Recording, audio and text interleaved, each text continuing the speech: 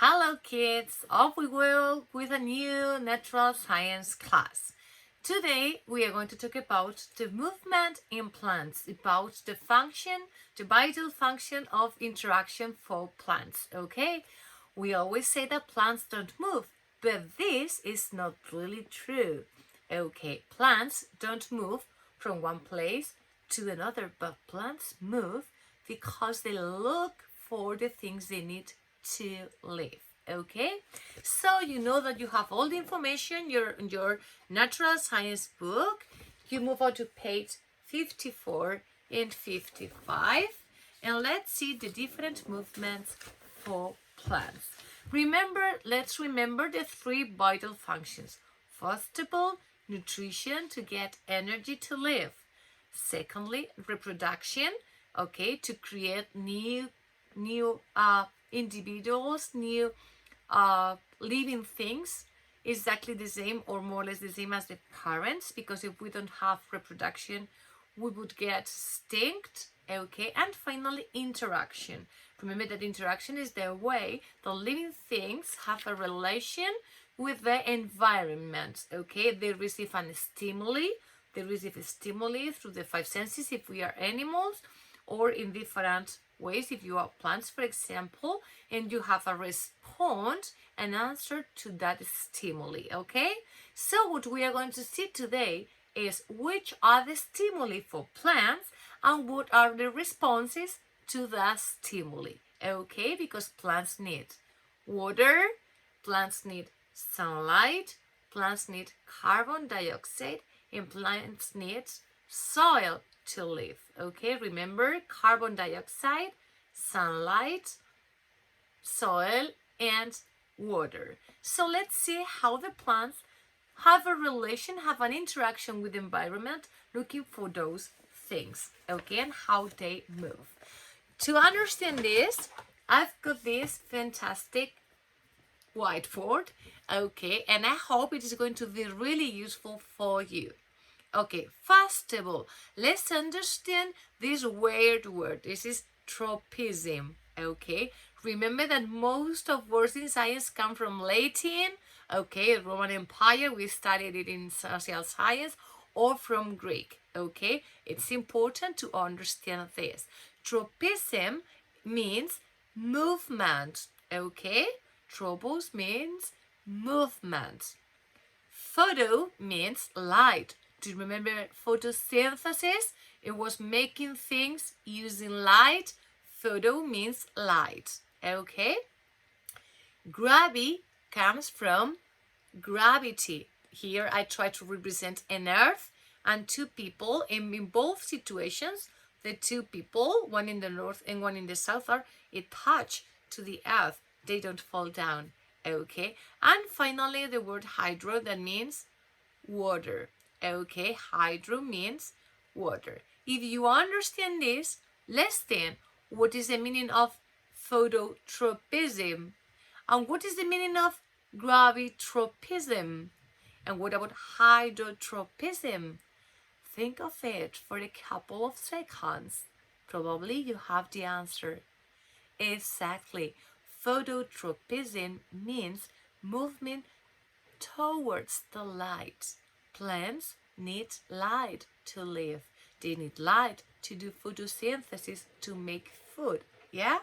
So, phototropism means the movement plants do looking for the sunlight. If you remember the plants we have in the classroom, in the background of the classroom, in the very back, do you remember that they were moving towards the light?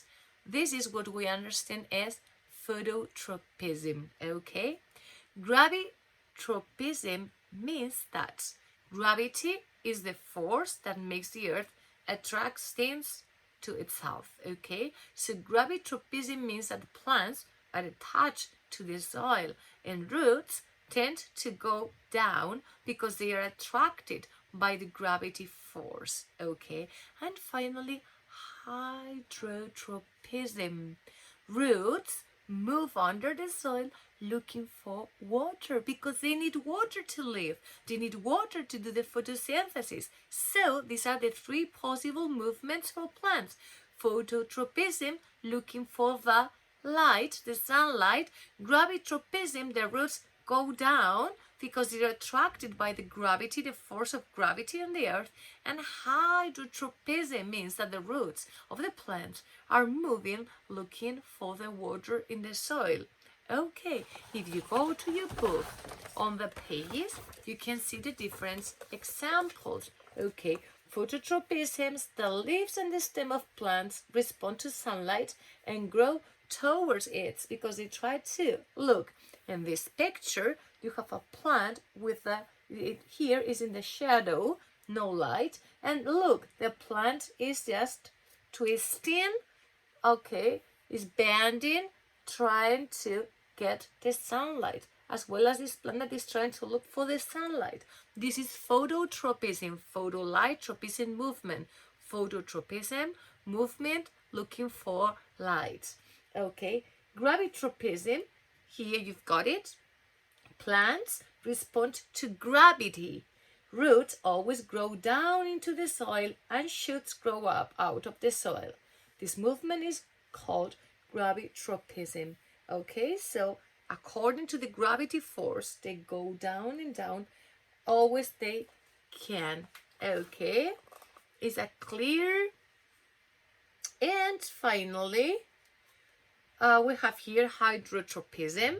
Yeah, and it's when the roots of a plant sense water in the ground and they go towards the water. Okay, because they need the water. Water, tropism movement, hydrotropism movement, looking for water. Okay, like gravitropism means gravity, tropism movement, looking for gravity. Okay, so with this, I hope you understand everything about how plants respond to the stimuli in the environment on their interaction function. Okay, the function of interaction. Finally, we have here how plants respond to the seasons. Okay, and it says that they respond in changes in light, temperature, humidity in the environment. Do you remember when in the classroom somebody asked me, look, how do the plants know it's winter to stop having leaves? And how do they know that it's summer or that it's spring to start to bloom, to create new leaves and new flowers? Well, because they can feel the humidity in the air, they can feel the temperature, and they can feel changes in the air. Okay, for example, deciduous trees stop growing and they lose their leaves in the autumn because there are less sunlight. They need to save energy, so they stop. Remember birds, when I told you that birds go to hibernate to sleep the whole winter? This is exactly what deciduous trees do. Remember that deciduous means that they have their leaves in autumn, they get brown and yellow, and they'll lose their leaves in autumn and in winter.